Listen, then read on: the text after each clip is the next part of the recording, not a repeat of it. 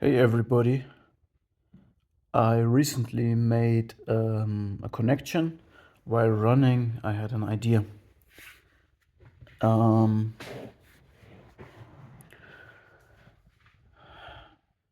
about how interconnected certain toxic traits in narcissists, borderliners, and psychopaths are.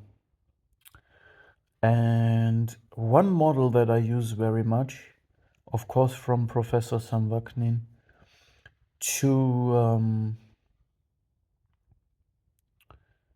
discern healthy and unhealthy is the following model that is based on three pillars of mental health. Number one is Ego-Synchronicity, being happy with who one is, being happy with oneself, basically. And the opposite is Ego-Dystony, not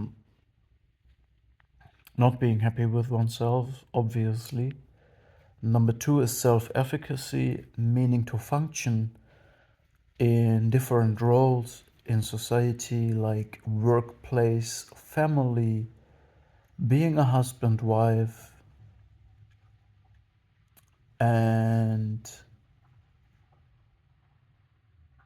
also in social environments, different social environments, whether at the workplace or in a club or with your friends, just being able to fulfill these different roles and function there.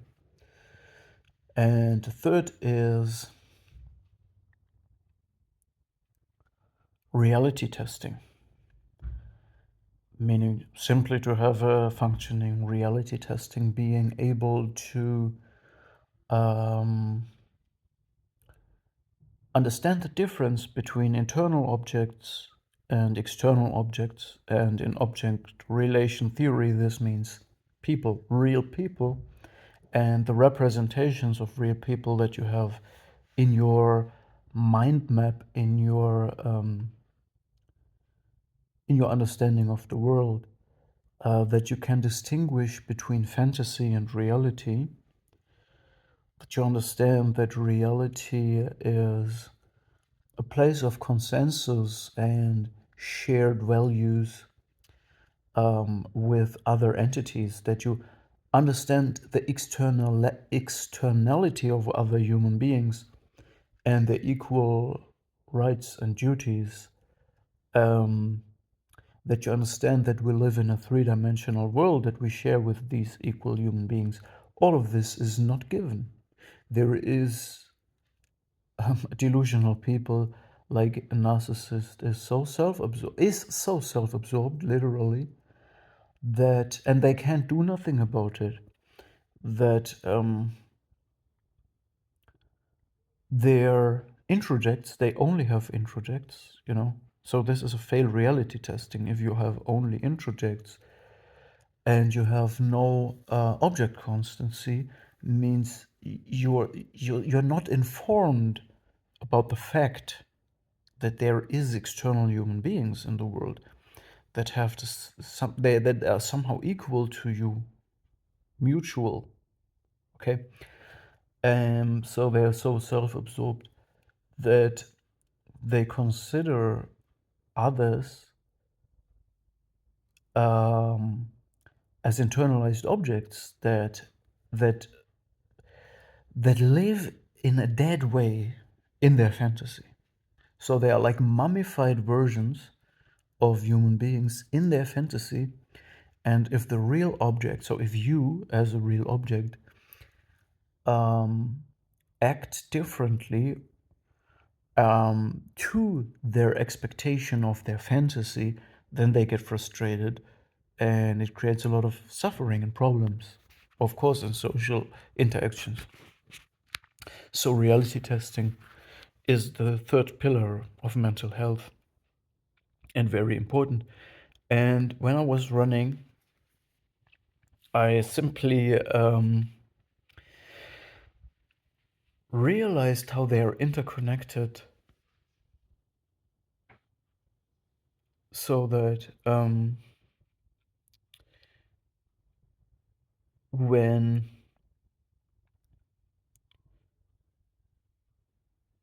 so I connected it to actually another concept that helps to distinguish healthy from unhealthy is, of course, masochism and sadism, which is to enjoy behavior that undermines your self-efficacy. So the opposite of self-efficacy is masochism, self-defeating behavior. Enjoying behavior that is opposed to your life drive, to libido. Self-defeating, self-destructive, self-defeating behavior. And sadism, of course, inverted joy, I call it, meaning to enjoy destroying or taking away the joy of others, inflicting pain on others. Now, what I have observed, so this is another concept to distinguish healthy from unhealthy. So people who are not masochistic and not sadistic are more healthy than people who have these tendencies, in my opinion. Anyway, I observed that this masochistic tendency, or sadistic in particular tendency, connects through delusional behavior. So it kind of goes together. So if a person is using sadism to regulate themselves, to create this inverted form of joy for them, they need to be delusional, meaning in the first place they are, and it also connects to the ego-synchronicity, so they are ego-dystonic. They are not happy with the status quo, with who they are, when they are forced to self-supply, meaning it's a narcissist or a narcissistic psychopath that is not getting their goals or their supply, the form of supply they are after. And what they then do is they engage in sadistic behavior. They make another person feel pain or take away the joy this person has. And this then creates this inverted joy in them, this strange sense of excitement. And this then switches their state of being ego-dystonic into ego-syntonic. So they are happy to do bad things. To do this, you must be delusional. So this creates a delusion, the delusion of being proud or superior by doing shameful things and oppressing other people, doing other people harm. So this goes together. It creates delusion. You must be delusional to do this, and obviously detached from a real moral core and real empathy. These don't go together. You can't, in other words, I have just observed that, or I made this connection that the person who is sadistic, doing sadistic things, extracting this form of supply, is forced to be delusional and is forced to be detached from empathy, from real emotions, and is forced to be delusional. So it don't go together. You can't be sadistic and have functioning reality testing and be ego syntonic without being abusive. In other words, this pathology is deeply interconnected. It's like a circle that belongs together. Yeah, I just wanted to share this small thought of how these pathologies are going together. There is another aspect of this, and this is the psychopath is detached of Let me simplify it, of everything, of real emotions, of their own life is detached, of fantasy, of being a human being is detached of being a human being, meaning emotions and fantasy. So they are detached. They experience it, but in a way as if it does not really belong to them. They use it as tools to get their goals. Goals is the only thing that really excites them. Getting a goal. The narcissist, however, is really absorbed in the fantasy 100% and therefore is delusional.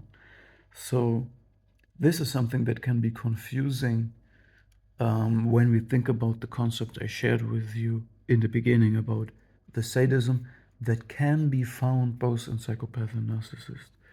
But yeah, the psychopath appears high functioning. There's the covert psychopath that appears pro-social, communal, empathetic, highly organized, super goal-oriented, everything, superficial charm.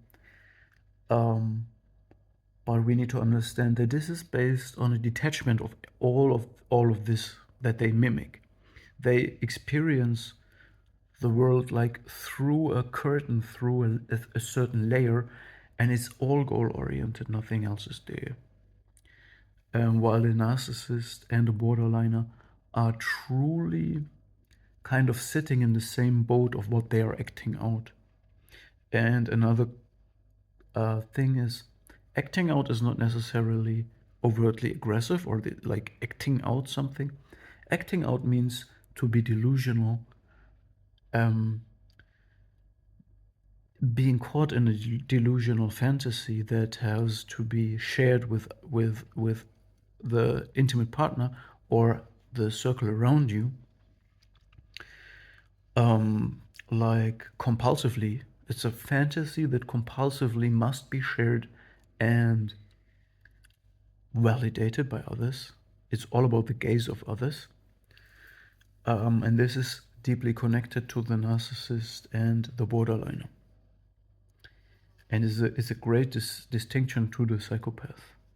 Yet in the way this behavior shows, there is many similarities, like in the sadistic joy they can extract. Okay, they can share this trait, but it's based on a very different architecture inside.